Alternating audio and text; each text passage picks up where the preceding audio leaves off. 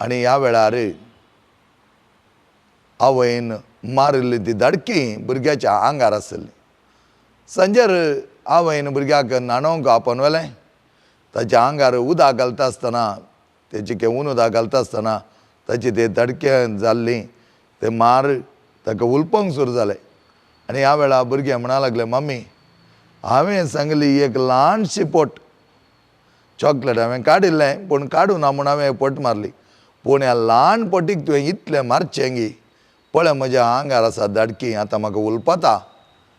आनी ह्या वेळार आवयन त्या भुरग्याक दिल्ली जाणवाय व्हरती म्हणटा तें भुरगें उपरांत व्हड जाले उपरांत तें भुरगें म्हणटा, ही जाणवाय व्हरती म्हज्या आवयन म्हाका दिल्ली. आवय म्हणा लागली की पुता, संवसारान रिक्त आसतना तुज्या जिवनांत वायट करूंक एक ताणें तो वायट करिना. पयलें तो तुज्या जिवनांत रिगोंक पळयता. आनी आज तुवें एक पटी मारल्या तेन्ना तो तुज्या जिवनांत रिगता. आनी ताचे उपरांत ताचो अधिकार तो भितर चलयता. म्हाका कांयच अधिकार ना. त्या देखून त्या एका ल्हान पटी देखून तुवें संवसाराक कित्याक तो अधिकार दी जाय. म्हणल्यार एका कारणा खातीर हांवें तुका जायतें मारिल्लें आसा. पोट मारन संवसाराच्या अधीन जावच्या बदलाक 4 मार खावन ती दूख केल्यार व्हड नाय म्हणून म्हज्या आवयन म्हाका सांगिल्लें देखून आज हांव संतुश्ट आसा, खुशेंत आसा, संतोशान आसा म्हणटा तें भुरगें. कित्याक त्या आवयन दिल्लें तें व्हरतें लिसांव जावंक बरें एक चॉकलेट डज नॉट मॅटर म्हूण चिंतून हांवें सोडलें जाल्यार त्या भुरग्याक लिसांव मेळटनातलें. आवय म्हणा लागली, ही एक पोट म्हज्या भुरग्याचें सत्यनाश करूंक सांगतालें, कित्याक संवसाराक तितलेंच जाय आसलें.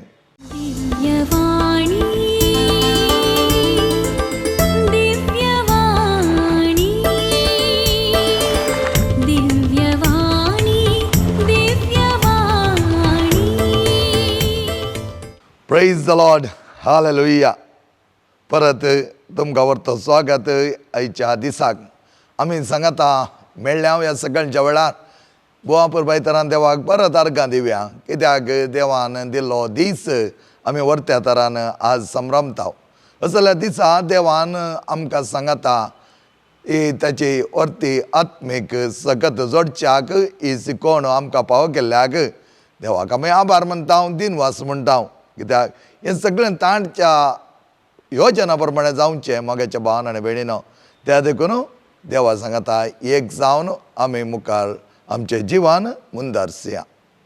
आज ह्या शिकवणेंत आमी पळयचें जाल्यार द पावर ऑफ लायफ एक विचित्र टॉपीक म्हण दिसोंक बरो.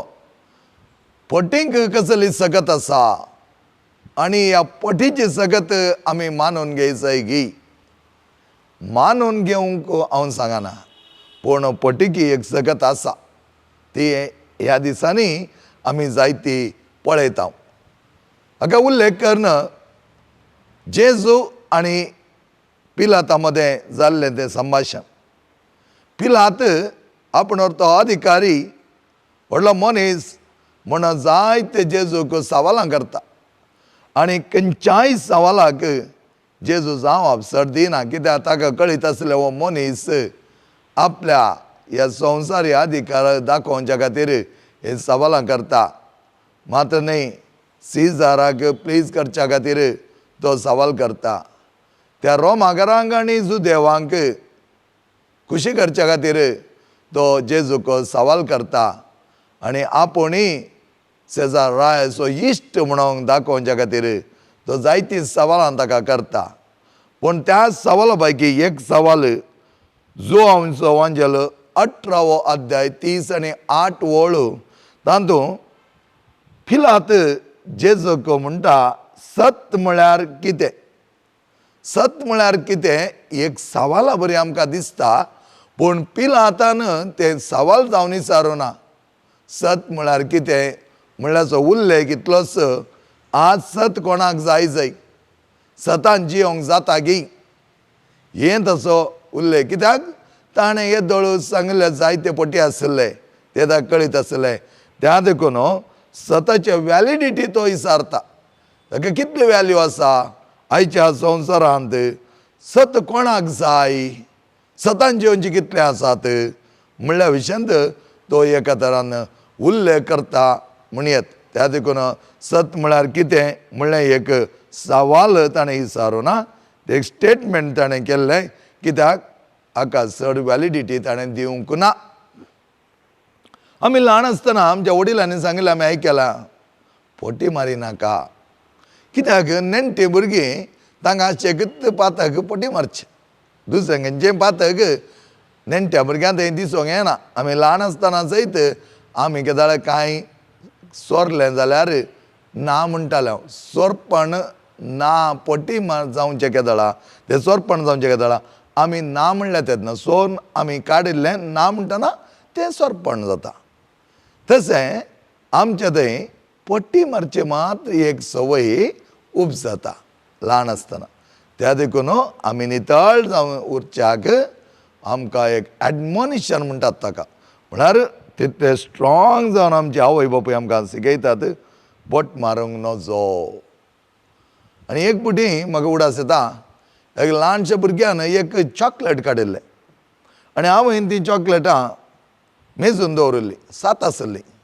7तली एक चॉकलेट थंय जावन काडिल्लें आनी हांवें भुरग्या कडेन विचारलें, भुरग्या तुवें चॉकलेट काडलां? ना मम्मी म्हणा लागलें. हांवें एक आडार हाडलें, बरें करून सारकें मारलें भुरग्याक. जाल्यार भुरग्यान सत सांगोंक ना. ह्या वेळार हांवें म्हळें, आसलें तूं एकलेंच, आसलीं चॉकलेटां 7, आतां तांचो 100 मात्र आसात तर एक खंय गेलें. भुरगें नंच म्हणून सुरू जालें. आनी ह्या वेळार हांवें मारिल्ली ती धडकी भुरग्याच्या आंगार आसली. सांजेर हांवें भुरग्याक न्हाणोवंक आपोवन व्हेलें. ताच्या आंगार उदक घालता आसतना, तेची केवून उदक घालता आसतना ताची ते धडके जाल्ली, ते मार ताका उलपंक सुरू जालें. आनी ह्या वेळार भुरगें म्हणा लागलें, मम्मी हांवें सांगली एक ल्हानशी पोट चॉकलेट हांवें काडिल्लें, पूण काडूं ना म्हूण हांवें पोट मारली. पूण ह्या ल्हान पोटीक तुवें इतलें मारचें गी, पळय म्हज्या आंगार आसा धडकी, आतां म्हाका उलपता.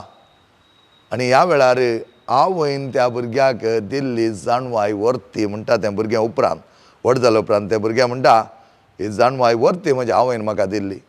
आवय म्हणा लागली की पुता, संवसारान रिक्त आसतना तुज्या जिवनांत वायट करूंक एक ताणें तो वायट करिना, पयलें तो तुज्या जिवनांत रिगोंक पळयता. आनी आज तुवें एक पोटी मारल्या तेन्ना तो तुज्या जिवनांत रिगता.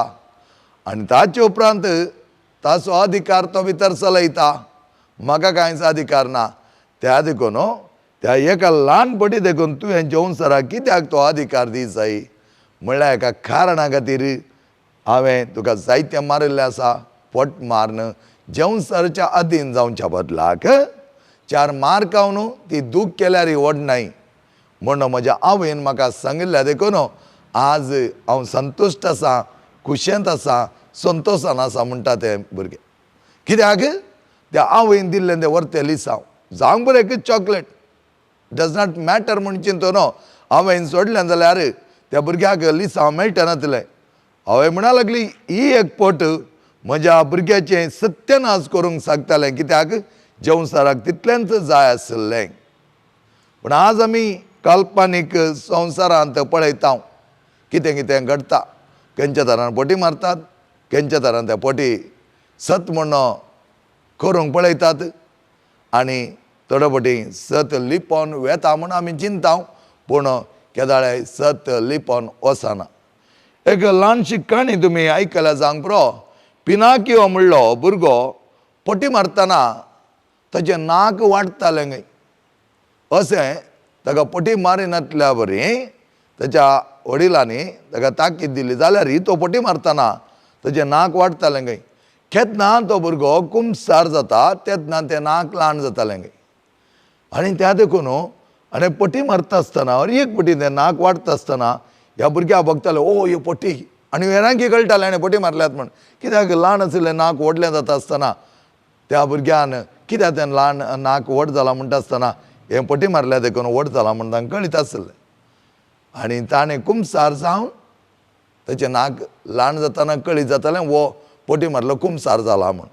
आनी हो पिनाकियो म्हणलो भुरगो आपल्या ह्या एका डिफेक्टा देखून संपोवन तरान पोटी मारचेर वयता आनी कित्याक ताका तें नाक व्हड जातना तें बरें सोबीत दिसना ताचे एक सोबाई वेता त्या खातीर तो सोबाई सोडून दिवंक तयार ना पोटी सोडून दिवंक तो तयार जाता आमकां हर एक लागीं नाक सोबीत आसा जाय नाक एक पोटी मारतना व्हड जालें जाल्यार आमी खंडीत जावन पोटी मारते नातिल्ल्या पूण आज तसलें कांय आमचें थंय घडनातलें देखून आमी जायतीं जाणां एकान एक वयल्यान वयर म्हणल्यार बरी पोटी मारनंत आसता आमी ल्हान आसतना आमगे पोटी मारनाका म्हूण सांगलें उपरांत व्हड जातना पोटी ते एक पातक म्हणून आमकां दाखोवन दिलें त्या देखून आमी पातकां विशयान चिंता आसतना पातकां आनी पातकां म्हूण आनी हें पोटी म्हणलें पातकां म्हळ्यार ल्हान पातकां द विनियल सिन्स म्हणटा आमी ताका आनी एका मोर्टल सिन्स म्हणटा द विनियल सिन्सांत हे पोटी द लायस कम आनी हे पोटी उपरांत आमी इवॉल्युएट करूंक गेले जाल्यार ब्लॅक लायस म्हणटा आमी ब्लॅक लायस म्हळ्यार डेंजरस लायस घोर कठोर पोटी आनी वायट लायस इल्ले सॉफ्ट पोटी दोन टायपान ते एक विंगड करून गेल्यात हे आमच्या अंडरस्टँडिंगा मात्र आनी अशें आसतना त्या पोटींत कितें घडटा जायते वायट घडोवंक ही साध्य आसा आनी तें घडटा आज समाजांत कशें जाय तशें उलयतात कशें तुका माध्यमांनी आज कितें जाता तुमी पळयतात फटी मारन मारन मारन मारन एकल्याचें व्यक्तित्व आमी नाश करूंक शकता एक बरो मनीस आसा तर ताका आज माध्यमां उखलून दवरूंक थोडे पडकिरे सोडिनात कित्याक तांचे पोटी लिपोवच्या खातीर बऱ्या मनशाचें बरेंपण आमी आज लिपयता ताका आमी म्हणटा वारें आयिल्ल्या तशें सत्री धरची त्या देखून द मेजॉरिटी रुल्स थोडे फाटी फटी जावंक बरो मेजॉरिटी आसल्या देखून सक्कडी म्हणटात वय तें सत पूण तें सत न्हय त्या खातीर दुसरं तिमोथीचें पत्र 4 अध्याय 3 आनी 4 वळो आमकां अपुरबाय तरान कितें सांगता म्हणलें आमी आयकोवया मनीस खरें शिकोवणेक उपगोवचो काळ येतालो उपगोण येताली तांकां तवळ आपणाच्या वडण्यांक लाभदोन कान कुशी करतल्या शिकोणदारांक आपणा भोंवतणी ते जोमो करतले सताक आपले कान ते बेरे करतले आनी काल्पनीक काणयांक वा पुराणांक ते परततले praise the Lord hallelujah hallelujah अर्गां जेजू ओगलाब जेजू वंदान जेजू महिमा जेजू पळया कितले बरेपणांत तिमोथी हे सांगता आनी तिमोथीच्या पत्रांत आमकां हें पळोवंक मेळटा सताक आपले कान ते बेरे करतले आनी काल्पनीक काणयांक पुराणाक ते परततले आज इत परिस्थिती आमची जाल्या म्हणयत माध्यमांनी कितेंय उलोवंक तयार आसात कितेंय नाका जाल्यार पटी मांडून ते त्या प्रमाणे पिंत्रोवंक तयार आसात आनी त्या प्रमाणे उलोवंक तयार आसल्या देखून सताचे मनीस कितले प्रयत्न केले जाल्यार तांकां वयर येवंक दिनात पूण सताच्या मनशाचें सत सदांच उरता तें कांय वचना आतां जायते जाणटे मनीसच बरे करचे मनीसच तांकांत फटी मारच्या एका परिस्थितीक आपण हाडचे काळ आमचो उदेला माध्यमांनी फट म्हळ्यार कितें सत न्हय फट म्हळ्यार अनट्रूथ फट म्हळ्यार ताचो अर्थ अनट्रूथ अर्दें सत म्हणटा हांव ताका आमी फूल सत न्हय अर्दें सत आतां आमी पळयता हांव जायते जाणां थोडें कळीत आसचें आनी त्या विशयांत तांणी उलोवचें पटी पटी पटी करन ते व्हडले रद्दांत करून उलयतात ताका तें अर्दें कळीत आसचें या कालतें कळीत आसचें आयकोन ताका परतून चिमटी लावन ताका तकली बसोवन तान तूं वयर सकयल करन कितें कितें नाका जाल्यार उलयतात पळय तें आनीकी पाड. काल अशें एका मनशा कडेन उलयतना ती म्हणा लागली म्हाका, फादर एक मनीस आयिल्लो आनी तो एक 4-5 जाणां विशयी जायतें उलयलो. ते हांवें विचारलें तिका, बरें उलयलो की या तांचे विशयी वायट उलयलो? कांयच तांकां बरें नासलें फादर, सगळें वायट फादर. तो म्हणा लागलो म्हाका कळीत आसा, हो मनीस असो, हो मनीस असो, हो मनीस असो, सगळें सांगूंक लागलो फादर, कितें कितें. ताजे सांगता म्हाका इतली हिराराय बगली फादर, कित्याक की म्हळ्यार तशें आमी एका मनशा विशयी उलोवंक नजो. म्हणजे नेचर इलें सॉफ्ट, त्या देखून हांवें ताका कांय सांगो ना. आयकलें म्हाका हिरार बगलें. तेन्ना हांवें तिका एक सवाल विचारलें, ह्या मनशाक त्या 5 जाणां विशयी कितलें कळीत आसा? हो मनीस कितें उलयता पळय, वाच्या नॉलेजींत उलयता आनी कितें की एक शब्द कळना तांचे विशयी कितें की आयकलां, एक समजोन घेतला आनी त्या विशयंत तो नाका जाल्ले संगती करून, नाका जाल्ले पटी ताका घडसून तो तांचे विशयी उलयता तर हाणें उलयल्लें सत म्हूण कितें वातयोंक जाता? ह्या मनशान तांचे विशयी केल्ले वायट आरोप एक्कीसत आसचे नात. आनी ते म्हळ्यार एक्कीसत आसचे नात. कित्याक हो मनीस तांचे विशयी वायट उलोवचो केदाळा ताका जाय त्या वेळार तांकां ताणें उपयोग करून घेतला. त्या मनशाची म्हाकाय वळख आसा. आनी आतां कितें की ताका दुसरो मनीस लागला म्हण दिसता, ह्या खातीर त्या मनशा विशयी हो नाका जाल्ले पटी मारता. हाणें सांगिल्ल्यांत कांयच सत आसोंक ना. त्या देखून ह्या मनशाचें खंयचें आयकून तकली विरार करिनाका. कित्याक म्हळ्यार ह्या मनशान 100 पटी मारल्यार जावंक पुरो, कितेंय एक कानांत आयकोन ताणें तें पटी करना जाल्यार जावंक पुरो. मोगेचे न्हू, आमच्या जिवनांत जायते पटी अशें घडटा.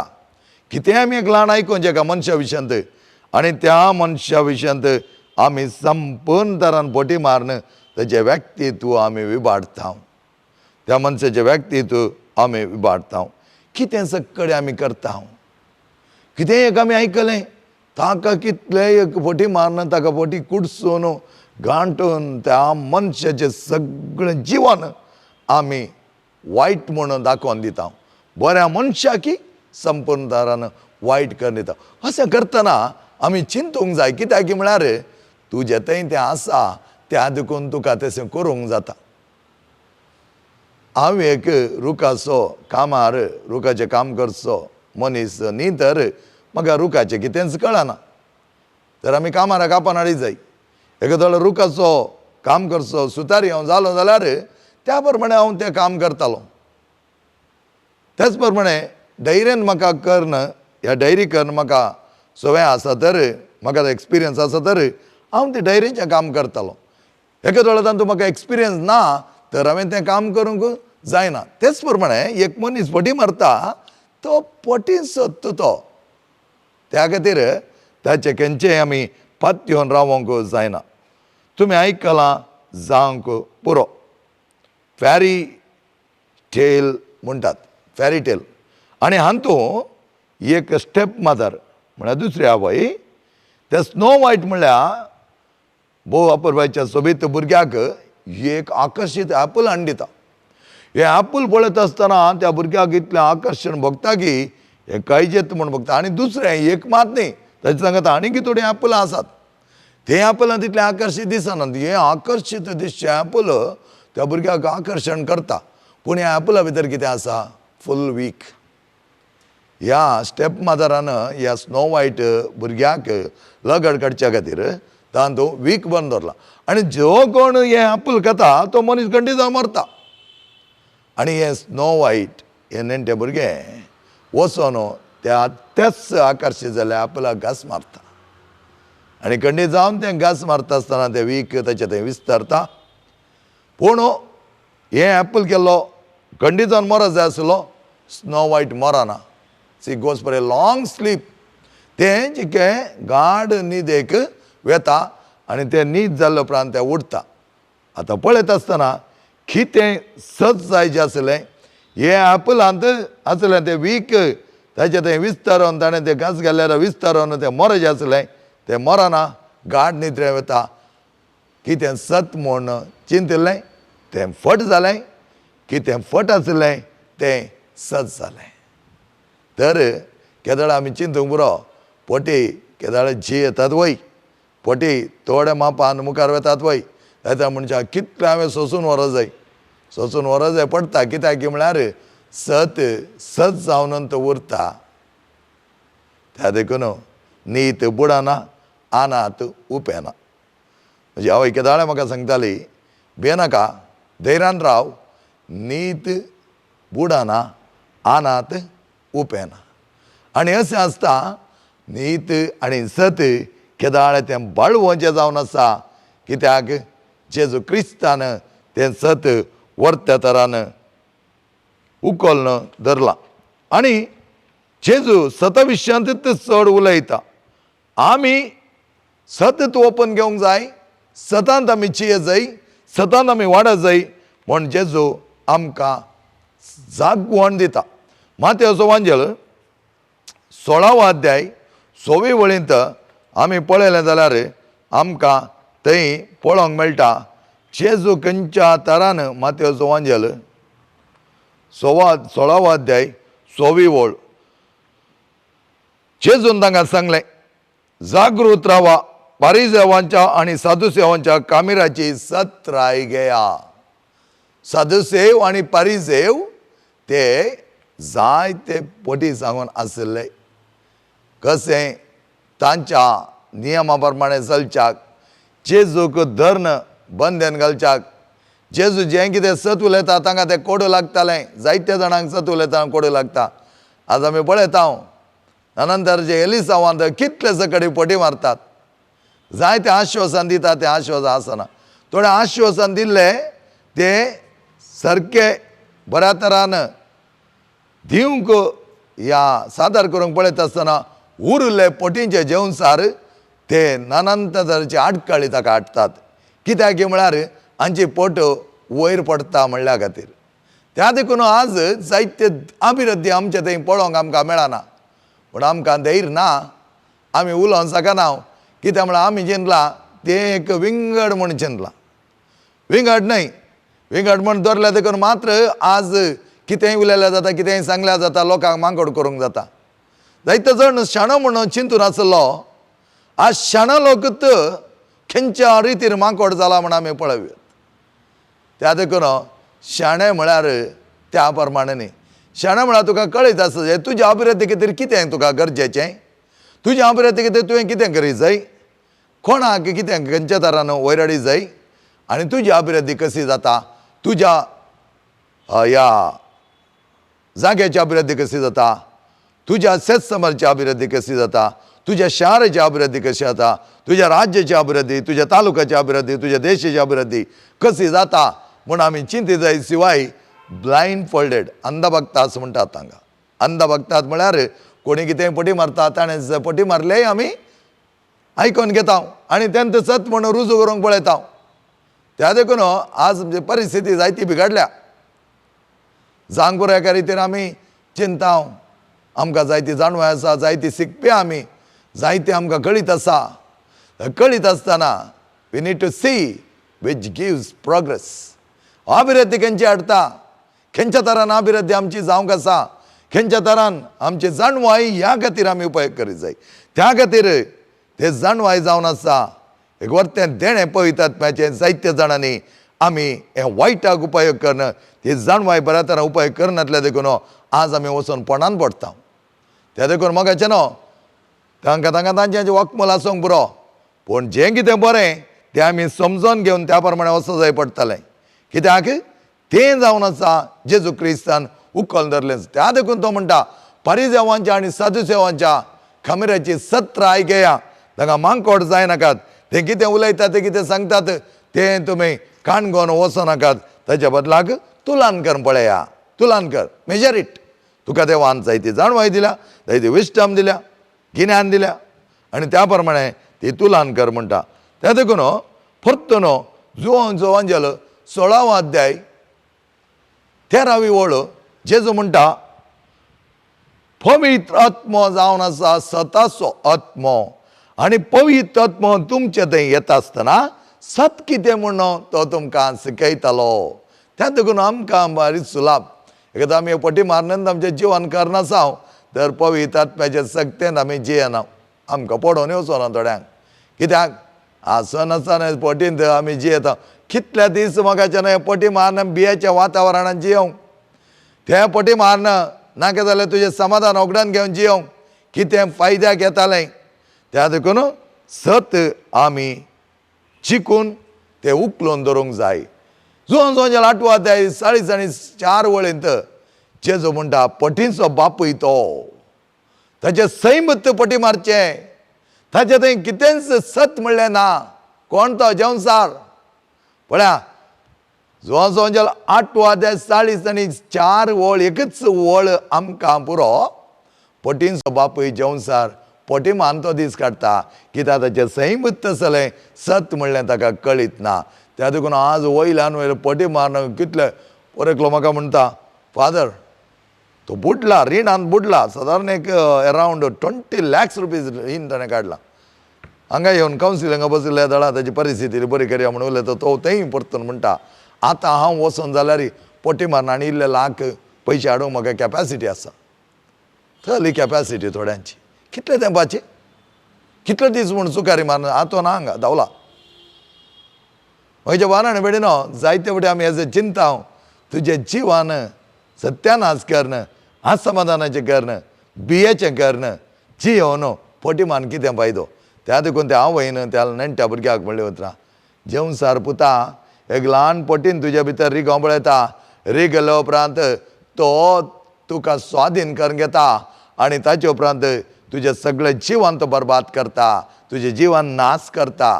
ह्या खातीर हांवें तुका मारिल्लें जावन आसा म्हूण ती सांगता. पोटी रावय म्हूण सांगता. आनी ते भुरगे म्हणटा त्या एका दिसाच्या मारांत आज म्हाका पटी मारूंक ना. सत हांव उलयतां आनी सतान म्हाका कांयच उणें जावना म्हूण ते म्हणटा. आज माध्यमांनी कितलेय पटी चलतात मोगाच्यान कितलेय चलतात. माध्यमान बरें आसा पूण तुमी पळयतात वॉट्सअप जावं दी इंस्टाग्राम जावं दी. एका मनशा विशयान जर तुका कांय द्वेश आसा एका मनशा विशयान तुका कोडू अनुभव आसा तेजें नांव इबाडी जाय तर तुका आसा माध्यम. वच कितेंय एक केलें कितेंय तुज्या फायद्या खातीर तो फायदो जोडच्या खातीर हेरांचें नांव विबाड करच्या खातीर ताचे वयर आपोवत गेलोय आनी 4 जाणांक सांगाता हाडलें आनी एक ग्रूप केलोय आनी त्या ग्रुपांत ते उलयले आनी अशें जायते नाका जाल्यार आपोवत घालन मनशाचें नांव व्यक्तित्व सत्यानाश करूंक की आज जाता. कोणा एका मनशाचो द्वेश साधन करूंक जाय म्हणटा आसतना मिडिया आज आमकां एक हातेर जावन आसा. ते हातेर वायट करूंक न्हय. ते हातेर देवान आमकां दिलां जाल्यार आमचे बरेपणाक तें दिल्लें. हिगच मातयेन तुमी पळयलें जाल्यार कळीत जाता फिडोफिलिया म्हणून जायतो आवाज जालो. जाल्लें एक घडीत खंय कडेन एक घडीत जालां. हर एका डिपार्टमेंटान पळयलें जाल्यार त्या डिपार्टमेंटांत थोडे मनीस पिडेस आसतलेच. एक या दोग मानसीक आस्वस्थ आसतलेच. सगळे बरे आसले आसात म्हूण हांव सांगना. आमी शैक्षणीक क्षेत्रांत पळयलें जाल्यार शिक्षण दिवचे शिक्षक इतले थोडे फावटी मानसीक तरान उणेपण आसता. जायते अनाहुत घडता. जायते नेण्ट्या भुरग्यांक यूज करून घेतात. एक या दोग सगळें करता म्हूण हांव सांगना. तर एक या दोगांनी करतना उरिल्ली इतली फौज इतली शिक्षकय बरी आसात. इतले बरेपण इगर्जे मातयेंत आसा. तर ल्हान एक इश्यू काडून तो माध्यम इतलें व्हड करन तें हर एक लागीं दाखोवन सगळें वायट म्हणल्या बरी आज माध्यमांनी आमकां पळोवंक मेळ्ळां. फिडोफिलिया समवेअर इन अ कॉर्नर. सारकें म्हणून सांगना सारकें न्ही वय. Sick people are there in every department there are sick people. कोणें ना म्हणा आसात. तांकां सारकें करूंक टायम लागतालो. तांचे देखून थोडी परमस जाल्या. ती परमस तांचे देखून जाल्ल्या देखून हर एकलोय सीक म्हणूंक आमी जायना. Society is not sick. In certain region some people may be sick. Entire society is not sick. Entire department is not sick. Entire इगज मात सीक न्हय. त्या देखून मोगाचें न्हू आमी ल्हानशें गणोवन त्या देखून पोर बॉम्बे गेले दळा बँगलोर गेले ते एकले म्हणूंक लागली फादर अशें घडलें खंय थंयसून जालां खंय तुमी पात्रांव जावन खंडन करचें. हांव म्हणलें बाय 1% वायट म्हणणो 99% बरें आसल्यान केणी नाका. तूं कितली सुभागी म्हणणो केणताय म्हणी सारलें. तूं कितली सुभागी म्हूण केणताय. तूं आसा ह्या धार्मीक क्षेत्रांत, तूं धार्मीक क्षेत्रांत भायर आयलाय, कित्याक उलयता म्हणून तोंड दांबून बसली. मगाच्यान आमी थोडे फावटी धार्मीक क्षेत्रांत आसच्यांनी चड खंडन करचें, कित्याक म्हळ्यार आमकां सॅटिस्फायड ना. आमी ते सोडून आयल्या जावंक बरो, बेस आमी सोडून आयल्या जावंक बरो. जायत सोडून आयल्या तर तुजें तोंड दांब आनी बऱ्यान राव. तुजें कितें बरें म्हण करूंक जाता तें कर. त्या देखून रिग्रेट करना भितर भितर उकडोन हर एकले वायट म्हणून आमी फोट साधन करूंक जायना. सत उलोवचें धैर्य आसा जाय, सतांत उलय जाय. सांग बरो थोडे फावटी कश्ट येतात, सत उलयतना कश्ट येवचेच. जेजू सत उलयलो कितले कश्ट ताका आयले. एखादो पोटी मारून सुकारी मारलो जाल्यार ताका त्या कुर्सार मरचें म्हण कांय गरज नासली. आज सत उलयल्या देखून ताणें कुर्सार मरून आमकां नवें जिवीत दिलें. त्या देखून आमी कितेंय एक ल्हान घडलें तें काणून पोटी ताका अंटोन ताका लागत करून आनी ताका सेरसून आमी तें व्हडलें करून उलोवचें आपलें तें सारकें न्ही. तें सारकें न्हय. कितें जाता घडता वय परमोस घडता समजून घेवचें आनी ताका बरें करूंक आमी प्रयत्न करचे. फोटी उलोवन आमी कोणाकी बरें करूंक जायना. मोगाचें फोटी म्हण कितें सगळें आमी विभाण घेता. फोटी मारची आमकां संवय पडला. तुमकां सांगता आमी हांगा दिव्यावानी कोरोना टायमार जायते जाणांक वरवीं मेळनासली. त्या देखून आमी मर्सी किट म्हणून थोडे पॅकेटी करून जायत्या जाणांक डिस्ट्रिब्यूट केल्ले. ताचे उपरांत ते मर्सी किट आमी म्हळें ते निरंतर काण थोड्यांक गरज आसा.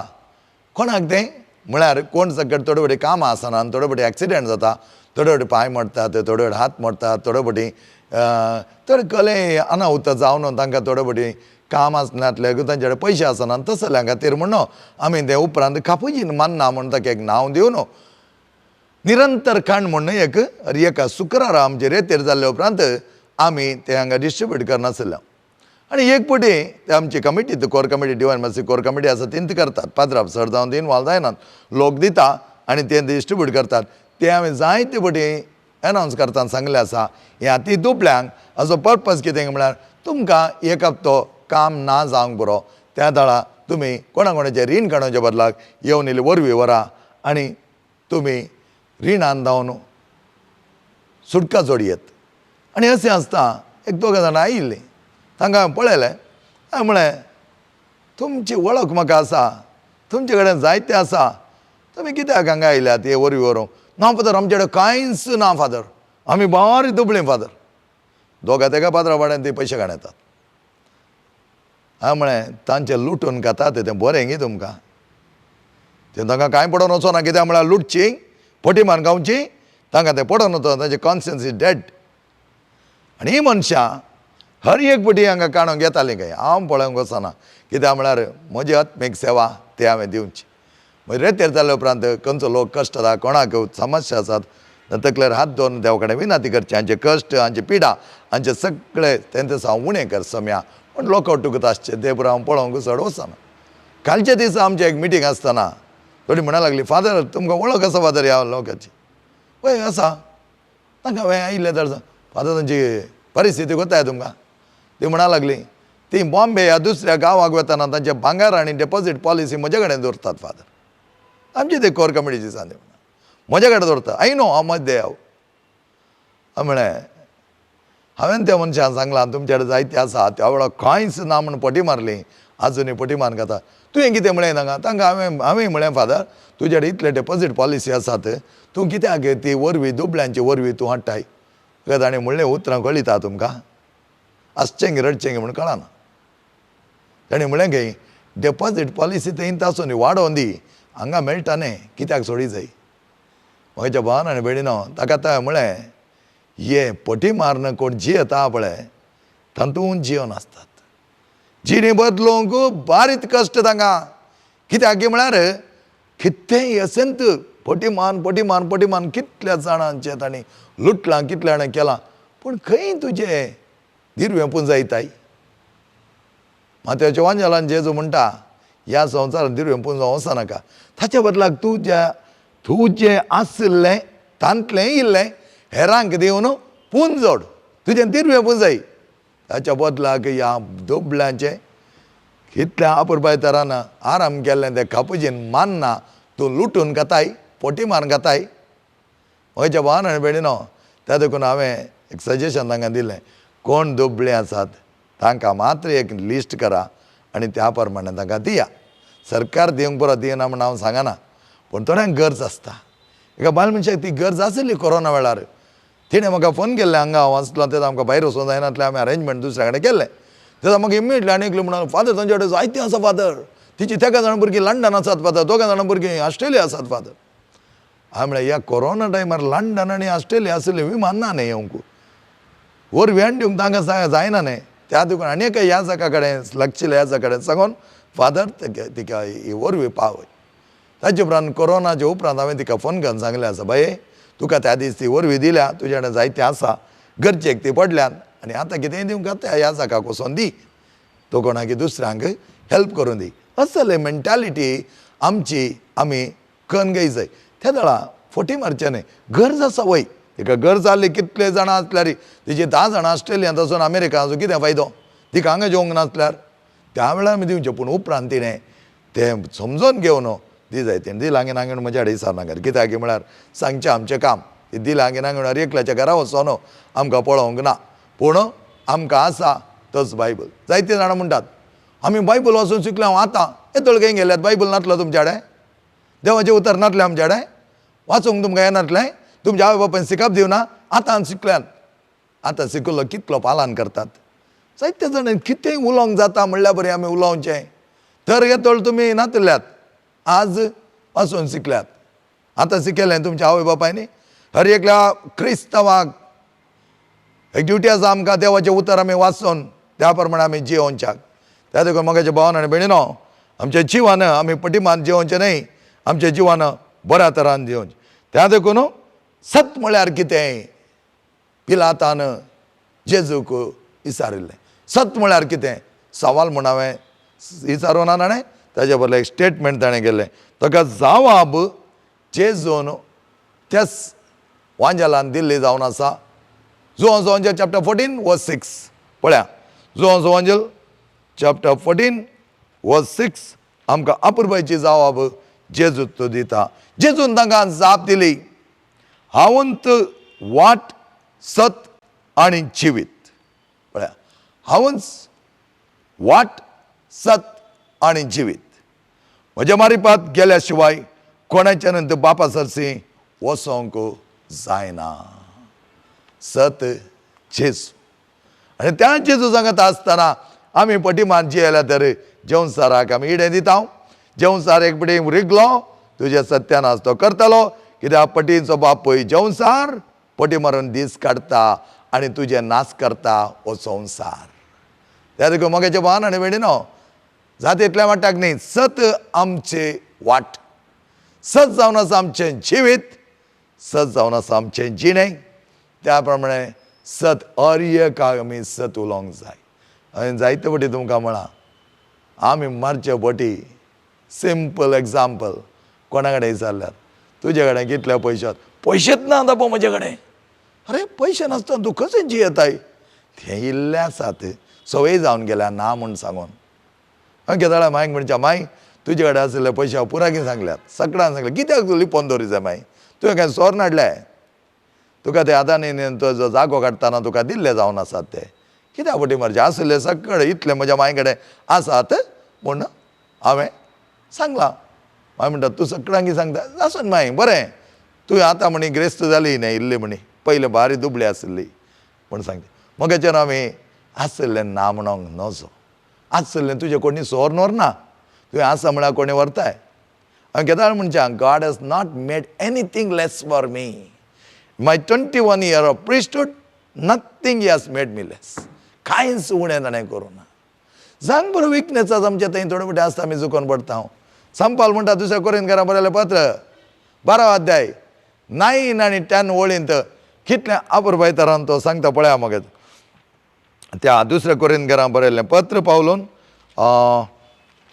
chapter 12 verses 9 and 10 आनी असो सारांश आमी पळयलो जाल्यार संपाल कितल्या अपुरबाय तरान आमकां सांगता.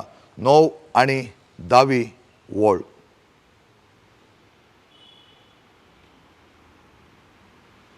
म्हजी कुर्प पळोवन ताणें म्हळें, म्हजी कुर्पा तुका पुरो, कित्याक मनशाच्या अस्खतकायेंत म्हजी सगळी सकत दिसून येता. देखून क्रिस्ताची सकत म्हजे थंय वस्ती करचे खातीर म्हजे अस्खतकायेचे वडवीक हांव कुशेन सांगता. पळया, I speak of my weaknesses. तर क्रिस्त पासत म्हज्या अस्खतकायांनी, बेपारव्यांनी, कश्टान, वरां, दगदण्यांनी आनी आटेविट्यांनी हांव दोशी जाला. कित्याक हांव अस्खत तेन्ना हांव निजाकी सक्तेवंत.